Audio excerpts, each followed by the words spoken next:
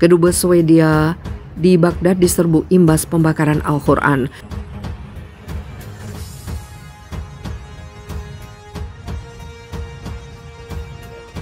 Müslümanların kutsallarına hakaret etmenin düşünce hürriyeti olmadığını, batılı kibir abidelerine eninde sonunda öğretecek.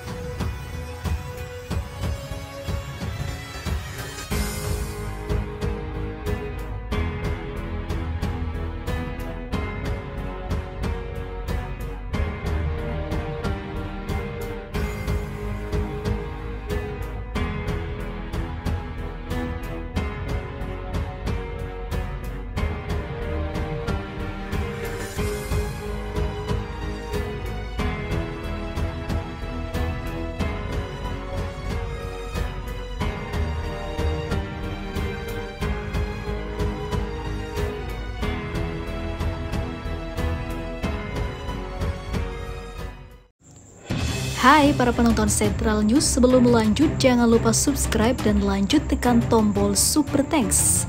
Tombol Super Thanks ada di atas tombol subscribe. Jika Anda ingin mensupport channel kami menyajikan berita yang paling Anda tunggu-tunggu. Terima kasih.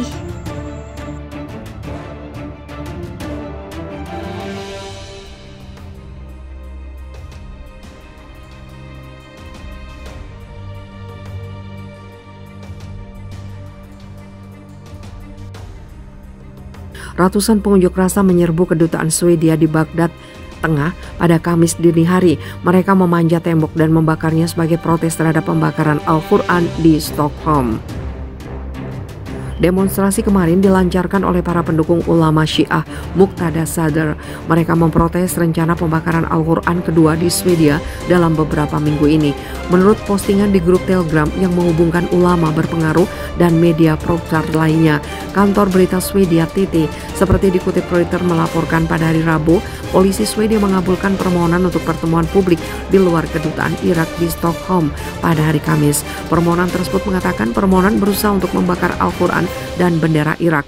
Menurut laporan tersebut, 2 orang dijadwalkan untuk berpartisipasi dalam demonstrasi pembakaran kitab suci itu. Salah satu orang adalah orang yang sama yang membakar Al-Quran di luar Masjid Stockholm.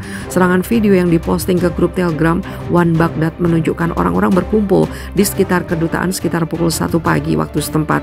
Mereka meneriakkan slogan pro Sadr dan menyerbu komplek kedutaan sekitar 1 jam kemudian. Iya, untuk Al-Quran, teriak pengunjuk rasa. Video kemudian menunjukkan asap mengepul dari sebuah gedung di komplek kedutaan dan pengunjuk rasa berdiri di atapnya.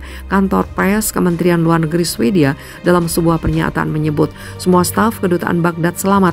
Kedutaan mengutuk serangan itu, menyoroti perlunya pihak berwenang Irak untuk melindungi misi diplomatik. Kementerian Luar Negeri Irak juga mengutuk insiden itu. Pemerintah Irak telah menginstruksikan pasukan keamanan untuk melakukan penyelidikan cepat, mengidentifikasi pelaku, meminta pertanggungjawaban mereka. Akhir bulan lalu, Sadr menyerukan protes terhadap Swedia. Mereka menuntut pengusiran duta besar Swedia setelah pembakaran Al-Quran di Stockholm oleh seorang pria Irak.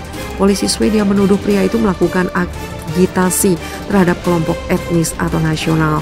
2 protes besar terjadi di luar kedutaan Swedia di Baghdad setelah pembakaran Al-Quran itu dengan pengunjuk rasa melanggar halaman kedutaan pada satu kesempatan. Pemerintah beberapa negara muslim termasuk Irak, Turki, Uni Emirat Arab, Yordania, dan Maroko mengeluarkan protes tentang insiden tersebut.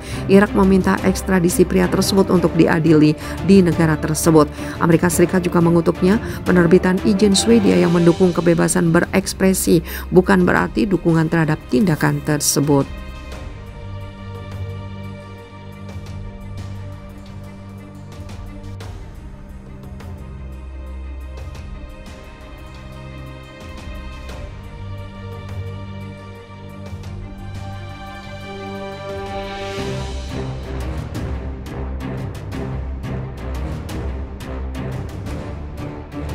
Swedia izinkan pembakaran kitab suci Yahudi Israel meradang.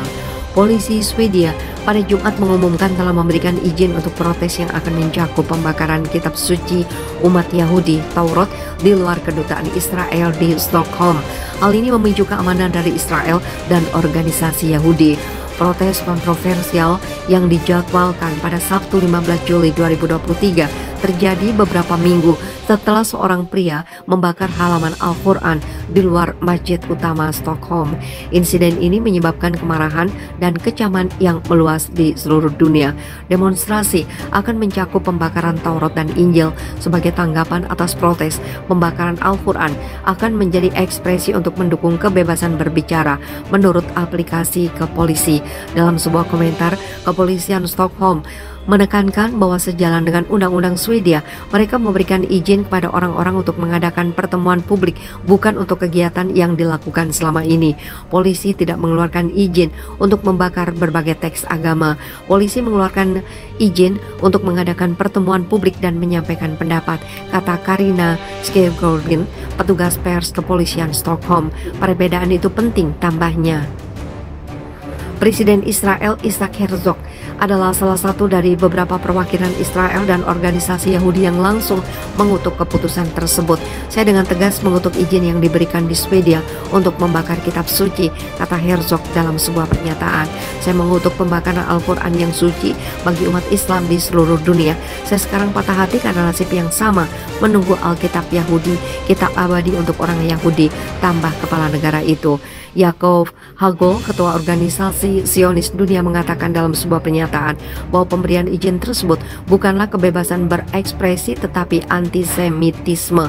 Pada Juni, polisi Swedia telah memberikan izin untuk protes Salwan Momika, pengungsi asal Irak berusia 37 tahun, di mana dia menginjak Al-Quran dan membakar beberapa halaman. Izin tersebut diberikan sejalan dengan perlindungan kebebasan berbicara, tetapi pihak berwenang kemudian mengatakan bahwa mereka telah membuka penyelidikan atas hasutan terhadap kelompok etnis. Polisi mengakui bahwa Momika telah membakar halaman-halaman kitab suci Islam yang sangat dekat-dekat masjid. Negara termasuk Irak, Kuwait, Uni Emirat Arab, dan Maroko memanggil duta besar Swedia sebagai protes atas insiden pembakaran Al-Quran yang menyebabkan pertemuan darurat 57 anggota organisasi kerjasama Islam. Pemerintah Swedia mengutuk pembakaran itu sebagai Islamofobia sambil mencatat bahwa negara itu memiliki hak kebebasan berkumpul, berekspresi, dan demonstrasi yang dilindungi secara konstitusional.